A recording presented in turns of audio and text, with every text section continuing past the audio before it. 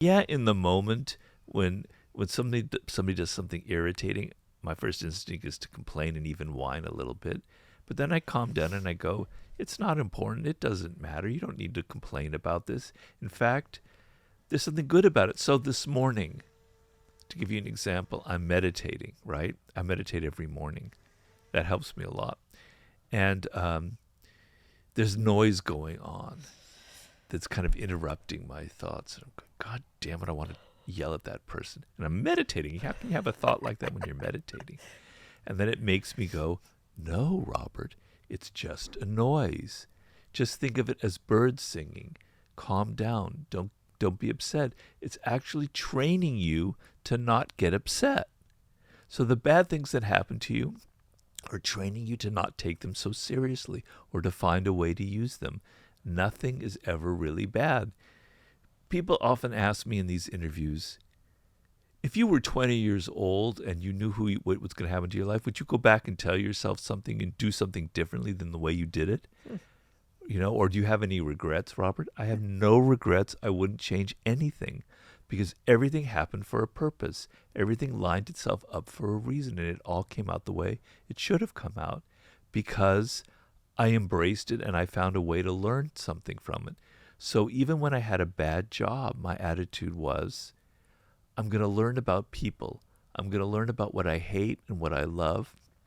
There's no wasted time in life. It's such a good point.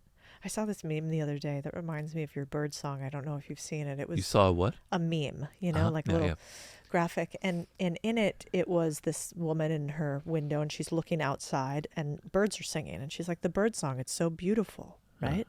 And then it was the two birds and it was one bird yelling at the other bird. I've eaten all your children. I'll be back next year for the next round.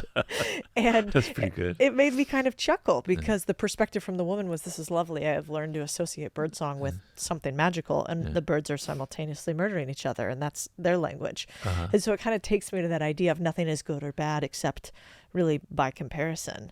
Yeah. And it sounds like you've lived that. Yeah, I mean, if I had to think of one thing that's wrong about humans or about us, is that we think too much. We overanalyze everything, and in overanalyzing and thinking too much, we ruin things. We ruin what could be good, what could be pleasurable, what's normal. So if we think and think and think, we're inevitably going to find something negative to uncover about that. So, we think and we create things that are good or bad or whatever, but they're just things that happen. They're not good or bad.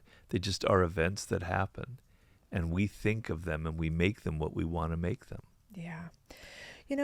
This is something in your book, Seduction, but kind of a theme throughout them. You had this idea of anti-seductive, which I had never thought of this before. Yeah. What is somebody who is anti-seductive like? Well, I hope you're not one of them. No, I don't think so. Depends to who, I bet. Well, you know how some people are good seducers. And it could be not just for sex, it could be socially or politically. They're very calm. They know how to tell a good story. They have charisma. They have energy. Their face lights up. They know how to say the right things, and they attract you. Okay, but there are people who do the opposite. Yeah. They say the wrong things. They do the wrong things. They dress the wrong way. They take you to the wrong places. They repel you. They are anti-seductive. Nobody wants to be around them, right? And so what are the qualities that make a person anti-seductive? So one of them are people who talk too much, who are always bragging, who always have a story to tell. In the realm of seduction, women often complain of men who explain. They explain everything. They explain exactly what you're doing, what you mean, right? They call it mansplaining, okay? So people who tell you everything, who are doing 95% of the talking, and they don't think they are, they're extremely anti-seductive. People who moralize, who tell you you're wrong, this is what you need to do, this is what's good, this is what's bad, that's anti-seductive, right? They preach to you. People who are always bragging about themselves like they're so great, That's a very anti-seductive quality. I think being vulgar is an anti-seductive quality because it's like you have no self-control. You don't look at yourself and realize what you're saying or how you're dressing or how you're looking is actually kind of off-putting, right? So a seductive person is self-aware. They're self-aware of their body language, of the clothes that they wear, of how they talk. The anti-seductive person has no self-awareness. They enter life. They don't look in a mirror. They don't think about what they're saying. They just think they're being natural, and they offend a lot of people. Yeah, I've definitely met all those types and been all of those types at varying points as well. No, you haven't. I try not to. I don't believe that. Well, I think as you get older, like a little bit, you start to realize,